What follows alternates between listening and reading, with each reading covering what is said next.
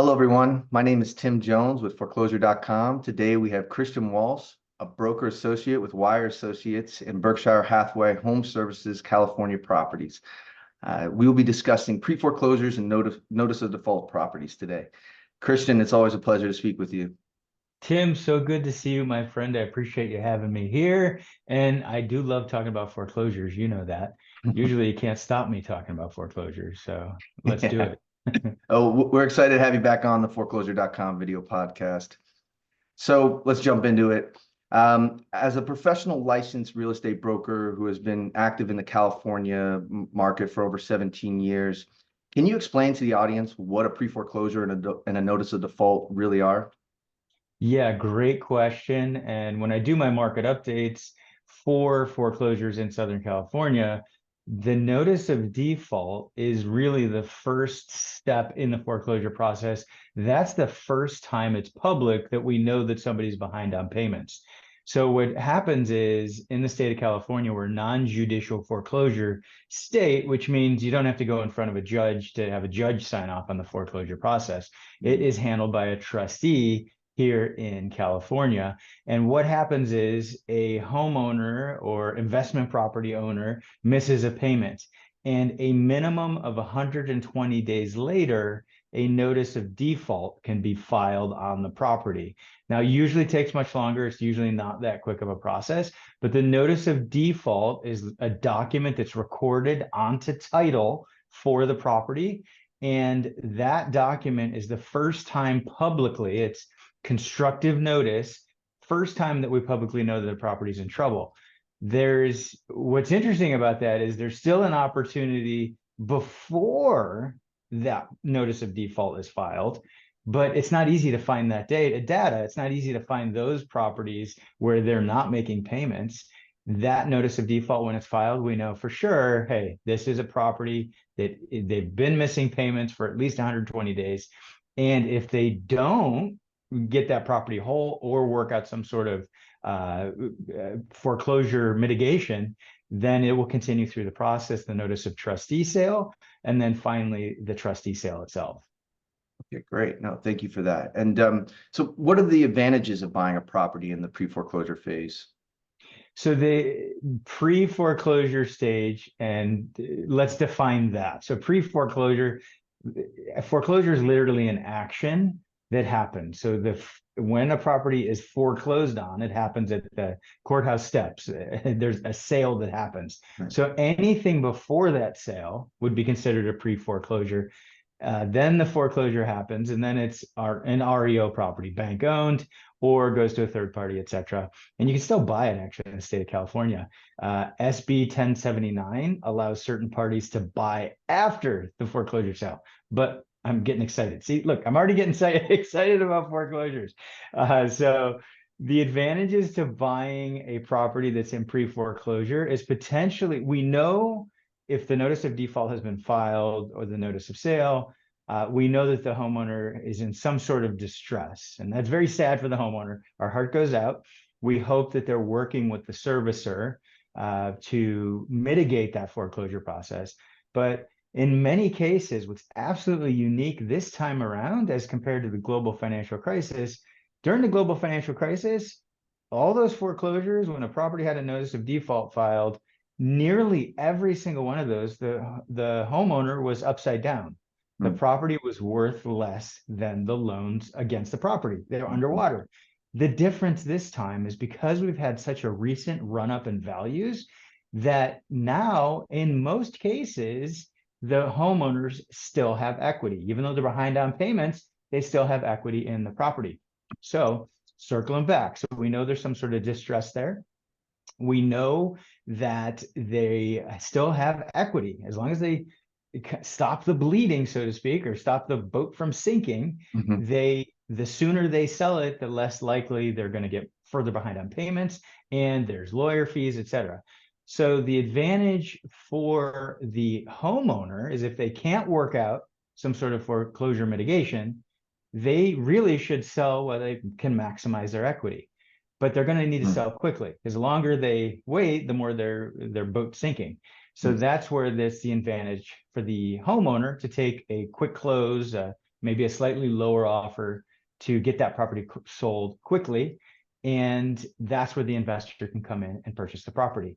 And you can attempt to do this with properties that are listed on the MLS, or you use a service like foreclosure.com and you track the notices of default and you actively pursue folks who are behind on payments, who have the notice of default filed. It's not easy. Not everybody's excited to hear from an investor who wants to buy their property, but it is a solid strategy. And with the increase in foreclosures, and when I say increase, we're not talking global financial crisis levels of foreclosures.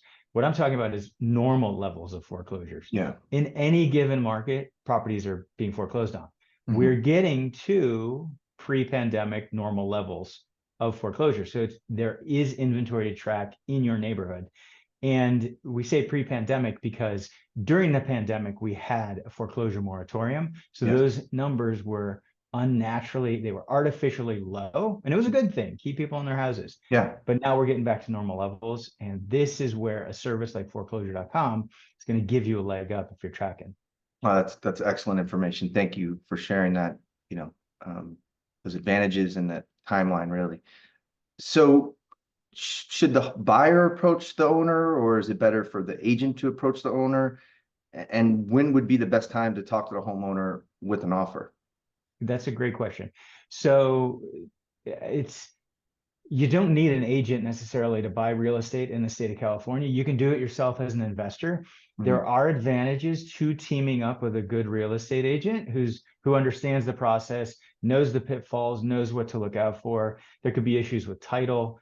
There could be issues with renters. That's my channel. In addition to market updates, foreclosure updates, we do a lot of landlord tenant content.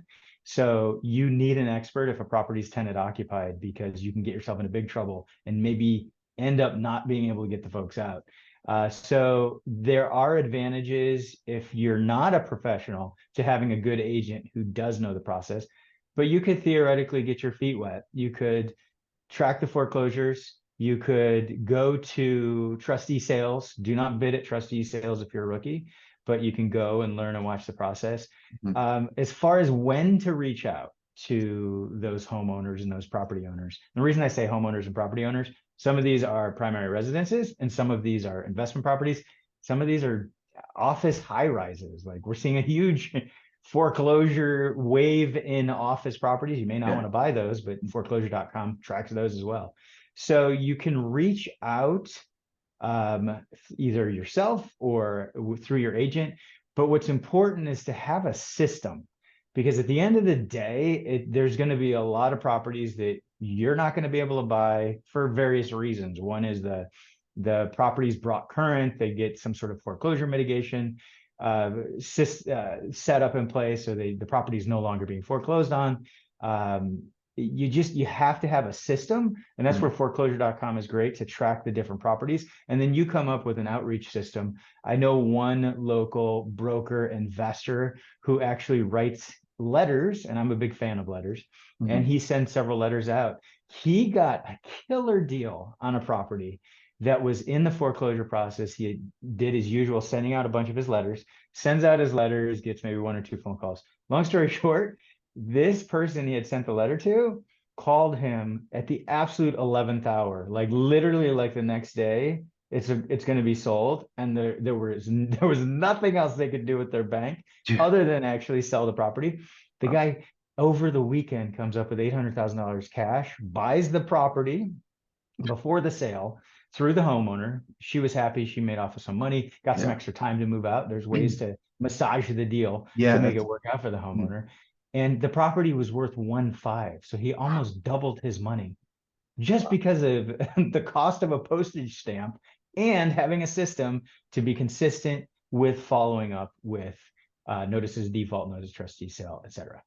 Did that get you excited, Tim? Like You got me excited. I'm Tim's ready. Gonna set up a letter. Where do I sign up, right? No, that's an amazing example, and we hear lots of success stories all around the country, so we know it's possible. So thank you for sharing that. Well, and Tim, here's the deal. Look, I get it. Like people, they want a good deal on real estate. A foreclosure looks like it could be a good thing. Odds are you probably won't buy a foreclosure in this system, this method I've talked about. You Mhm. can try.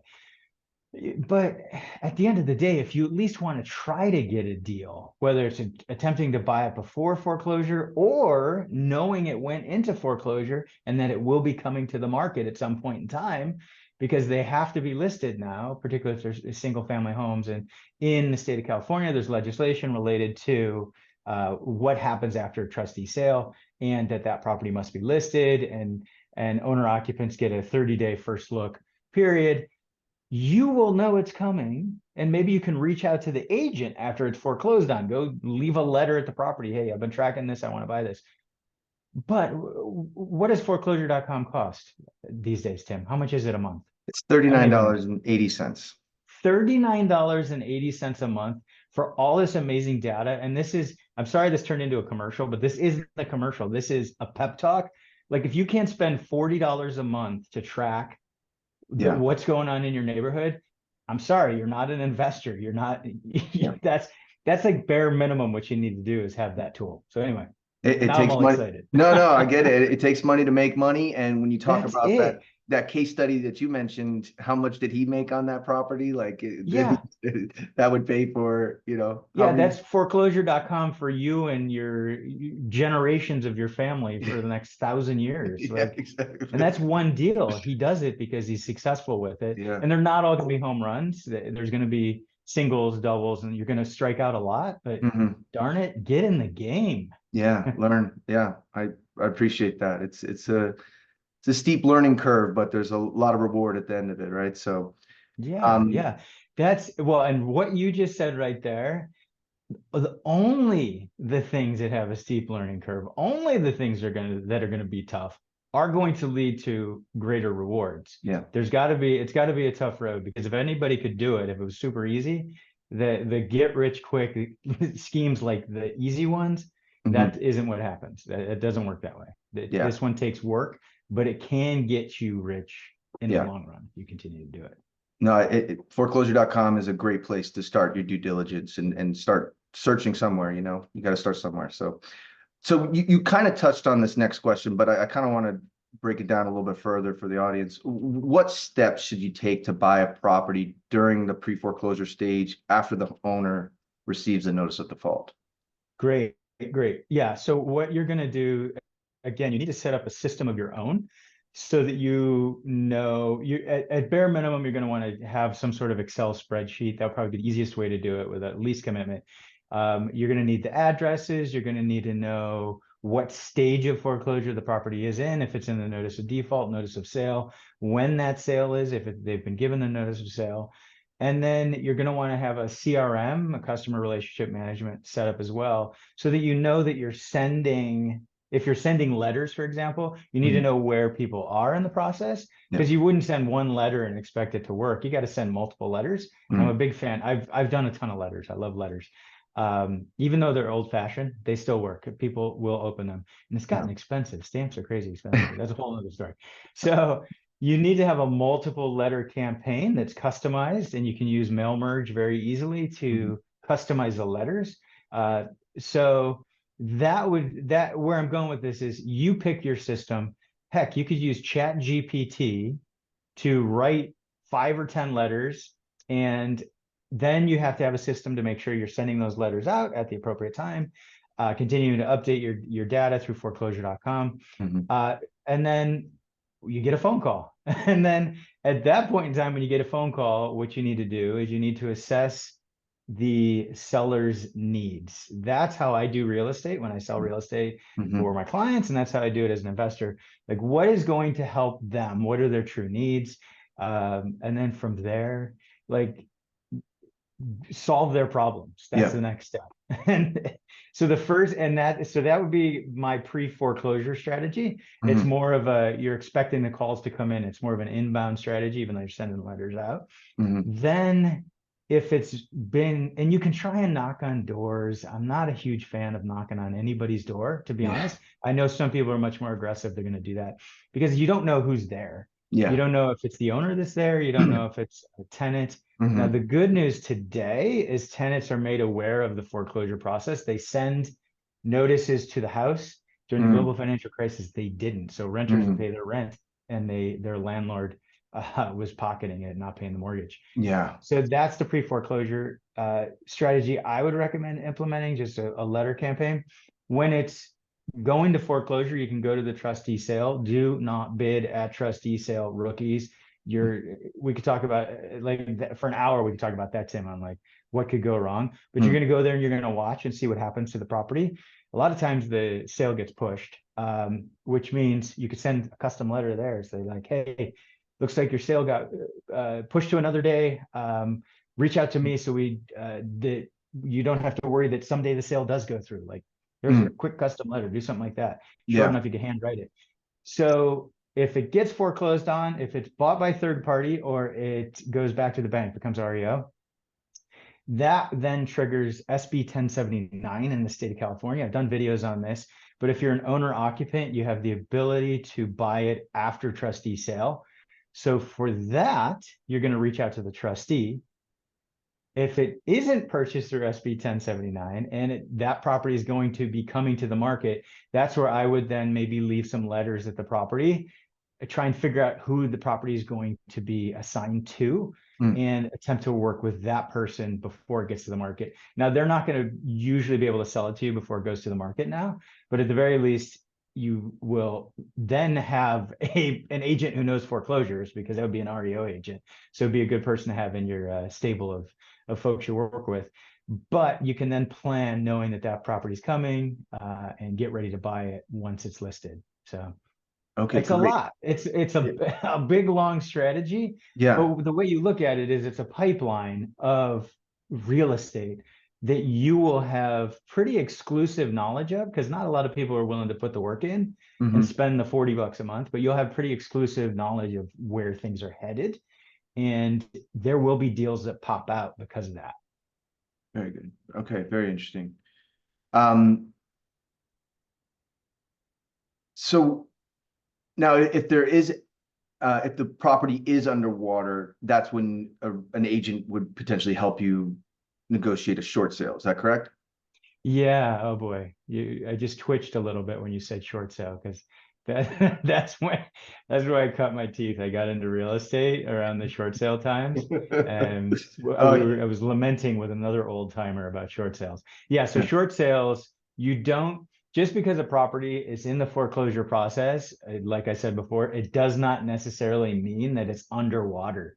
Mm, It could be a property that has just a teeny tiny loan, or an HOA that's foreclosing on it. So it can be a small amount and the wow. property could still be foreclosed on, which means there's tons of equity there. And ultimately, that equity will get to the property owner. It'll Mm, trickle down eventually, but it's the most expensive way to sell a property. You don't let your property get foreclosed on.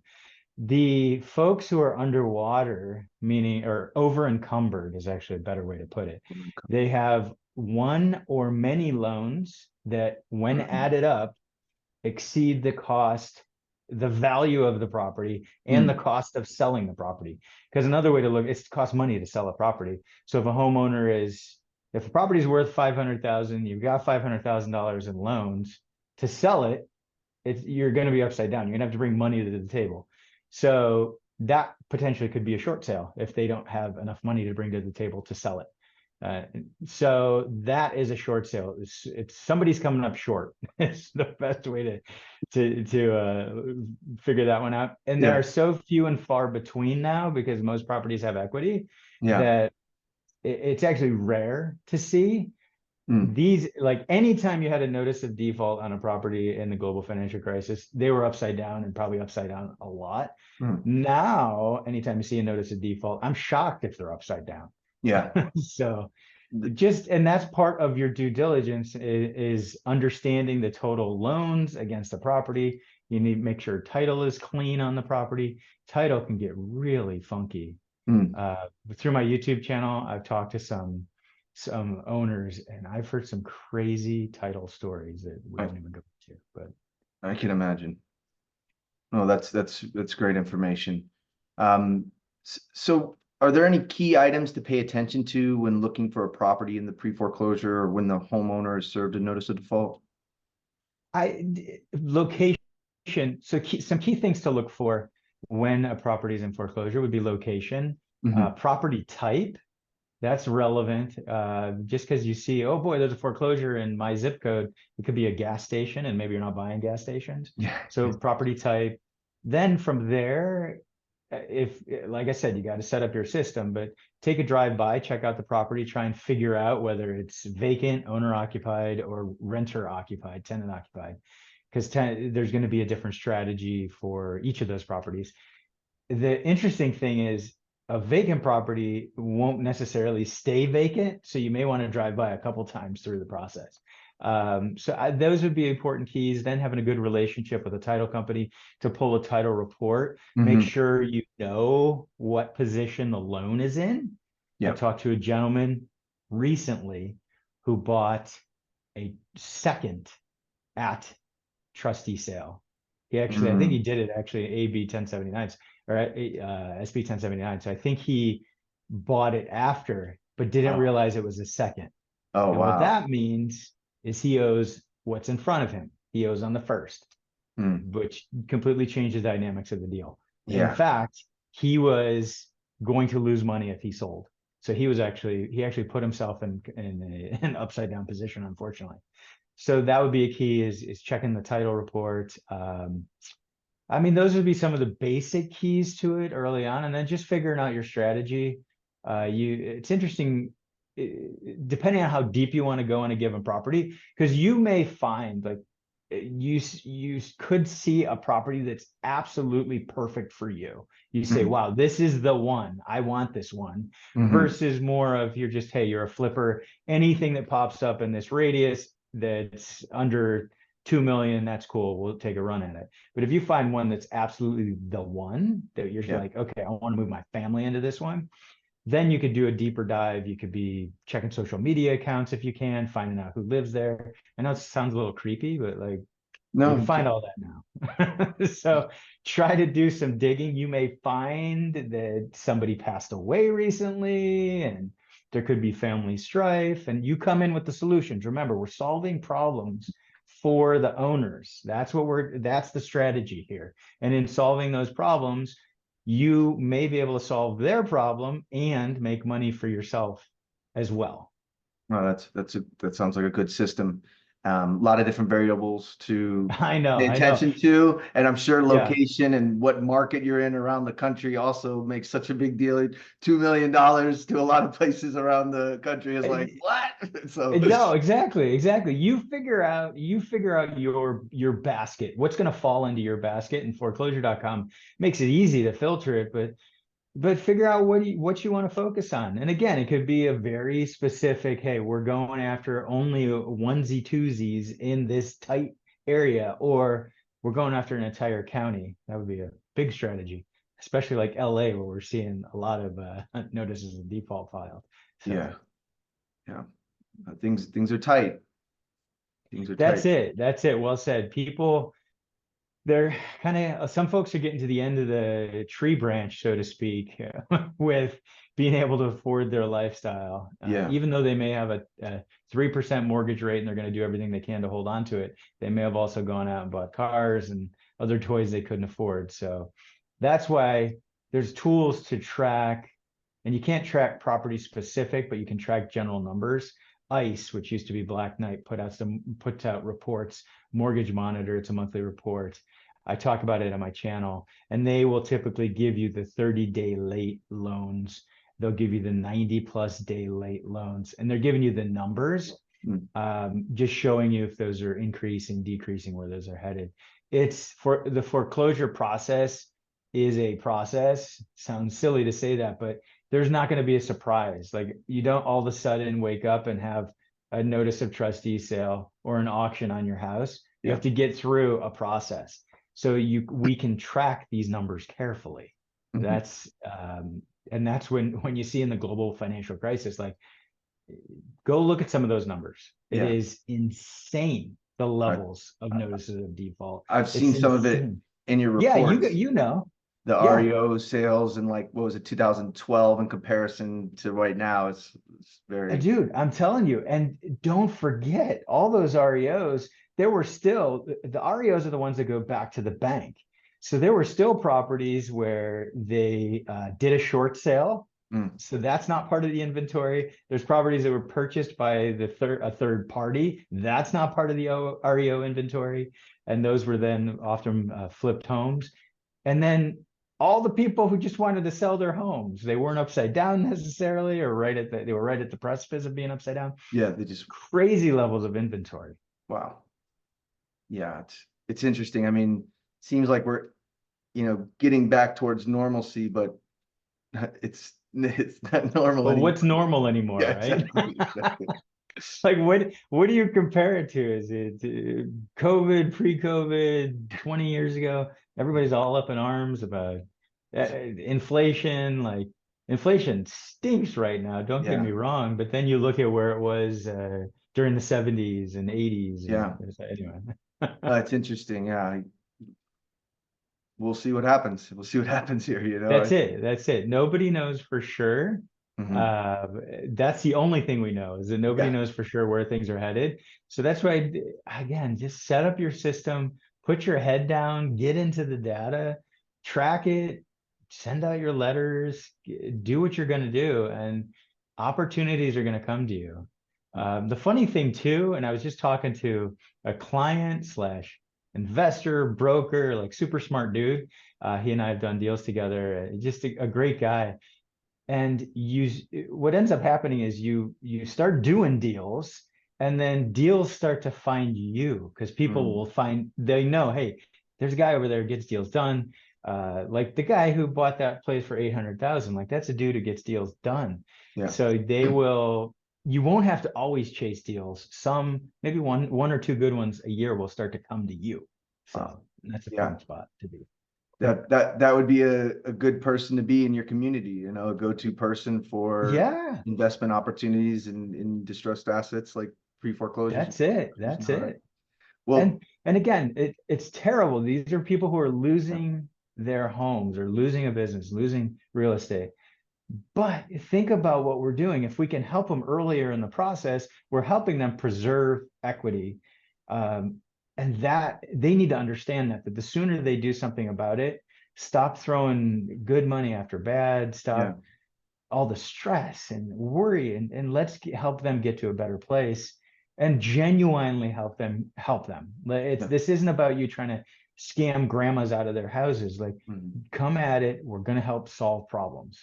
Be the I know I've said that solution. a few times, but Yeah, no, the solution. That's the key to this video podcast today. So no, thank you so much. Thank you for this insightful conversation on the opportunities to buying pre-foreclosures. Um, I think this is all the time we have for today, but again, Christian, it's always a pleasure to speak with you. So thank you again for taking the time.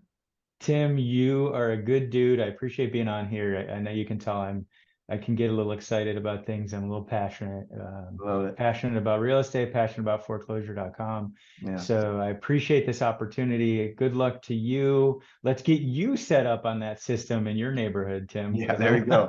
you got your growing family. Let's see if we Yeah, can I find you a know. I deal. know. I've seen a lot of deals, I call it analysis paralysis. At this point, I've missed out on probably $10 million worth of real estate deals that I watched through the process. And it's because I didn't have that system in place is why I wasn't able to take advantage of it. And and now I'm back to work. That's it. That's it. Well, But I I'm gonna work appreciate on it. it. I'm gonna work on it. Next time we talk, I'm gonna have Yeah, exactly. That's accountability. Next time we're on, we're yeah. going to be talking about your system. I like it. I like it. Well, Christian, again, thank you. And if you enjoyed this video, please like and subscribe to our channel. And don't forget to sign up to our free email alerts to get the latest pre-foreclosures on foreclosure.com. I'm Tim Jones with foreclosure.com, and thank you for joining.